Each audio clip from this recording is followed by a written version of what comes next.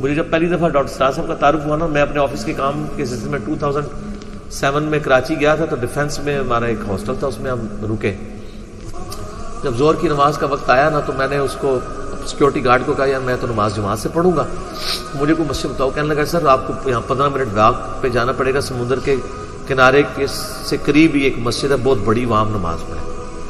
میں نے کہا ٹھیک ہے، میں نکل گیا، پوچھتے پوچھاتے پہنچ گیا. جب میں وہاں پہنچا تو بائی چانس جماعت ہو چکی بھی تھی. میرا خیال تھا وہاں پہ 1:30 بجے نماز ہوگی، لیکن 1 یا 1:15 بجے ہو چکی تھی. بہت بڑی مسجد.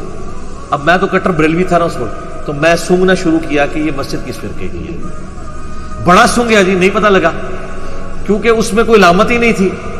نہ یا اللہ یا رسول اللہ لکھا تھا، نہ یا اللہ مدد لکھا تھا، نہ حق چاریہ لکھا تھا، نہ کوئی پنجا لگا ہوا تھا. صاف ستھری مسجد، ایڈی بڑی مسجد، غلطی نال بھی کوئی چیز نہیں تھی لکھی ہوئی.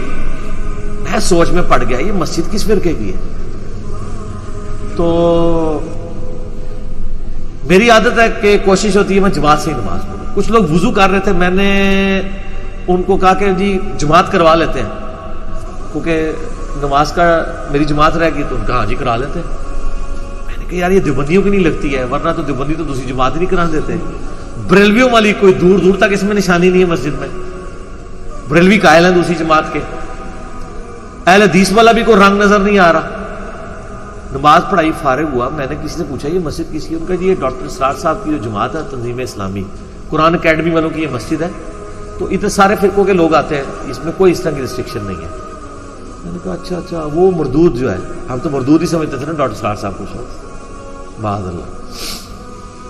میں فارغ ہی تھا، کام کوئی نہیں تھا. میں کہ مغرب روٹی کھانی ہے، پھر ہم نے کہیں رات کو یا فجر پڑھ کے ہم نے کہیں دور جانا تھا سائٹ پہ.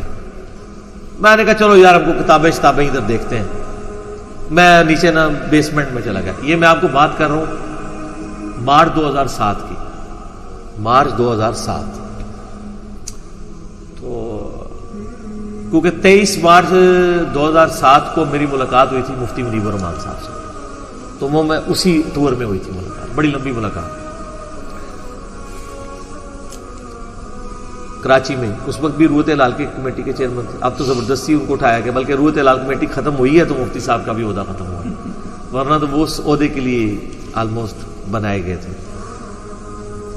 تو وہ جناب مارچ کی بات، میں نیچے گیا، میں نے جناب کتابیں جب دیکھنی شروع کی، وہ سی ڈیز وغیرہ، تو وہ میں نے کہا اچھا.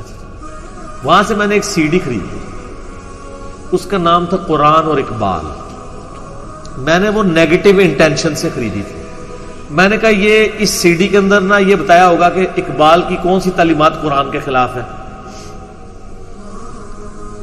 تو میں یہ سمجھ رہا تھا کہ میں کوئی ڈاکٹر اقبال کا زیادہ سگا ہوں. مجھے نہیں تو پتا تھا کہ ڈاکٹر اسرار صاحب تو اقبال کو ایک آئیڈیل طور پہ مانتے ہیں، پولیٹیکل ایک سٹرگل کے اندر. خیر میں نے وہ سی ڈی لے لی. سر اس ایک لیکچر نے میری لائف بدل دی قرآن کی طرف. جب میں نے آ کے وہ سنی نا، تو مجھے پہلی دفعہ احساس ہوا کہ سب سے پہلے تمہیں قرآن پڑھنا چاہیے پری ڈیٹرمنڈ رزلٹس کے بغیر.